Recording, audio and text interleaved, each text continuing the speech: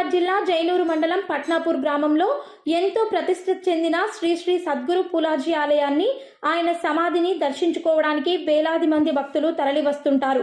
కనీసం రోడ్డు మార్గం కూడా లేని పరిస్థితి.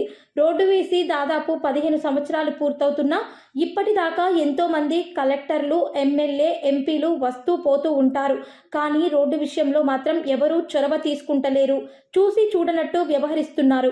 ప్రజలు రోడ్డు లేకుండా తీవ్ర ఇబ్బందులు పడుతున్నా ఏ అధికారులు కూడా పట్టించుకోవడం లేదని గ్రామస్తులు ఆవేదన వ్యక్తం చేస్తున్నారు. ఎన్నో రోడ్డు ప్రమాదాలు జరిగినప్పటికీ అధికారులు స్పందించకపోవడం బాధాకరమని గ్రామస్తులు ఆవేదన వ్యక్తం చేస్తున్నారు.